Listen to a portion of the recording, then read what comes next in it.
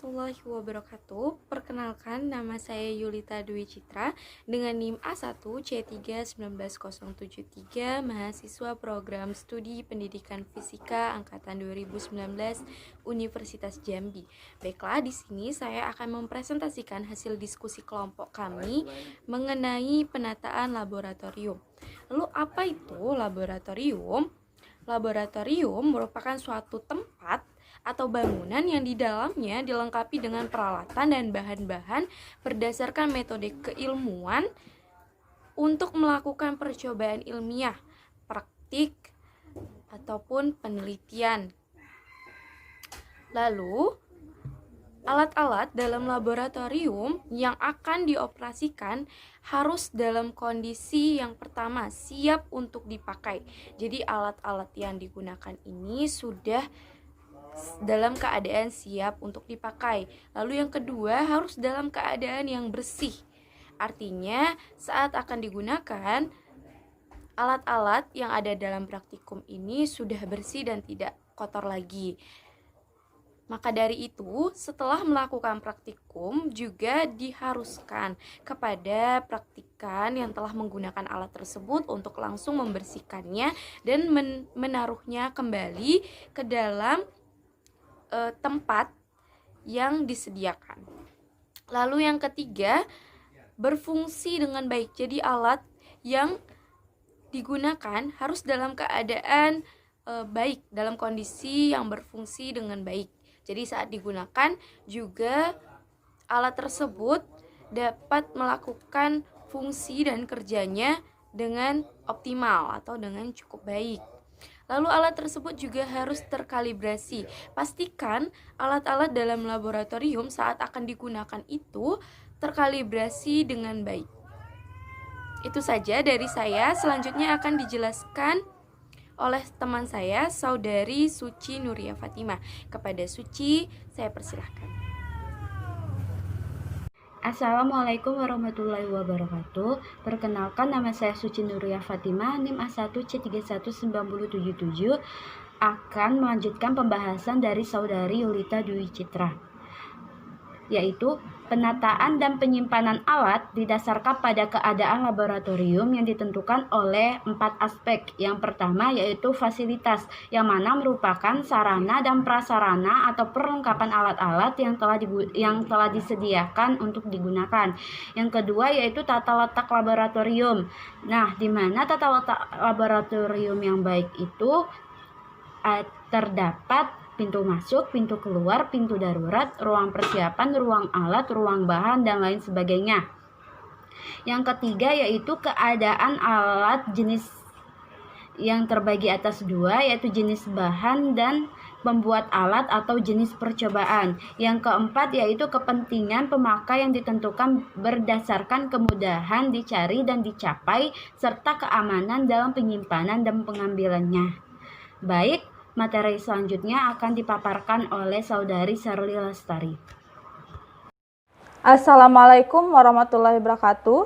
Saya Sherly Lestari, NIM A1C3190084. Baik, saya akan melanjutkan penjelasan dari Suci Nuria Fatimah. Saya akan menjelaskan tentang bagaimana cara penyimpanan alat laboratorium. Yang pertama, fungsi alat, apakah sebagai alat ukur ataukah hanya sebagai penyimpan bahan kimia saja. Yang kedua, kualitas alat termasuk kecanggihan dan ketelitian. Yang ketiga, keperangkatan. Yang keempat, nilai atau harga alat. Yang kelima, kuantitas alat termasuk kelangkaannya. Yang keenam, sifat alat termasuk kepekaan terhadap lingkungan. Yang ketujuh, bahan dasar penyusun alat.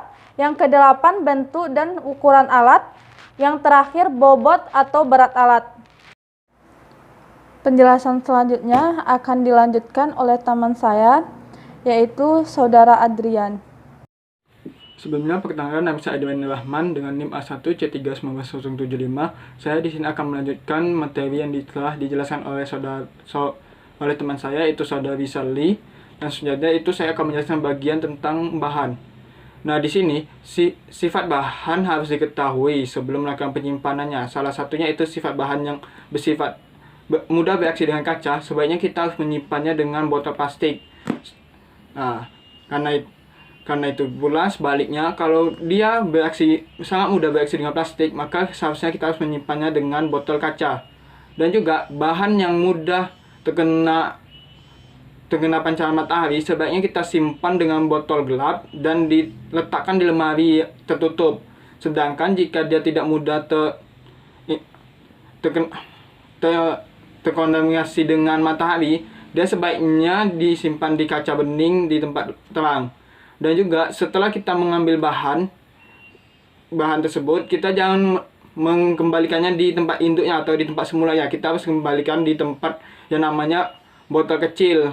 Kenapa harus demikian? Karena jika kita tetap menaruh di botol induknya, itu bisa menyebabkan kerusakan pada bahan tersebut. Sebaiknya kita mencegahnya dengan menggunakan botol kecil. Oke, selanjutnya hal-hal yang meliputi penyimpanan penataan bahan. Salah satunya itu pertama aspek penilaian, pemisahan.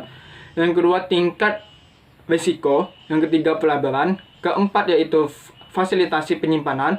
Kelima yaitu wadah sekunder. Selanjutnya itu keenam bahan kadaluarsa. Ketujuh itu inventarisasi. Dan yang terakhir itu informasi risiko bahan. Nah, kenapa hal itu meliputinya? Karena salah satunya yang pertama aspek pemisahan. Kalau kita tidak memisah-misahkannya, kita tidak bakal tahu bahan ini terbuat dari apa dan yang bahan lain terbuat dari apa. Misalnya kan kalau salah satu bahan itu kalau kita letakkan bersamaan malah menjadi bahaya. Soalnya itu yang kedua itu tingkat risiko bahaya. Nah, dari yang pertama itu pemisahan, yang kedua itu tingkat risikonya.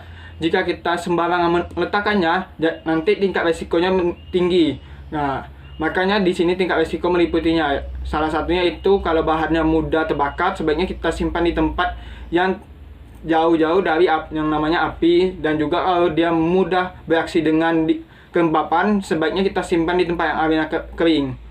Oke, mungkin itu saja pembahasan materi dari kelompok saya. Lebih kurangnya saya mohon maaf. Saya akhiri dengan wassalamualaikum warahmatullahi wabarakatuh.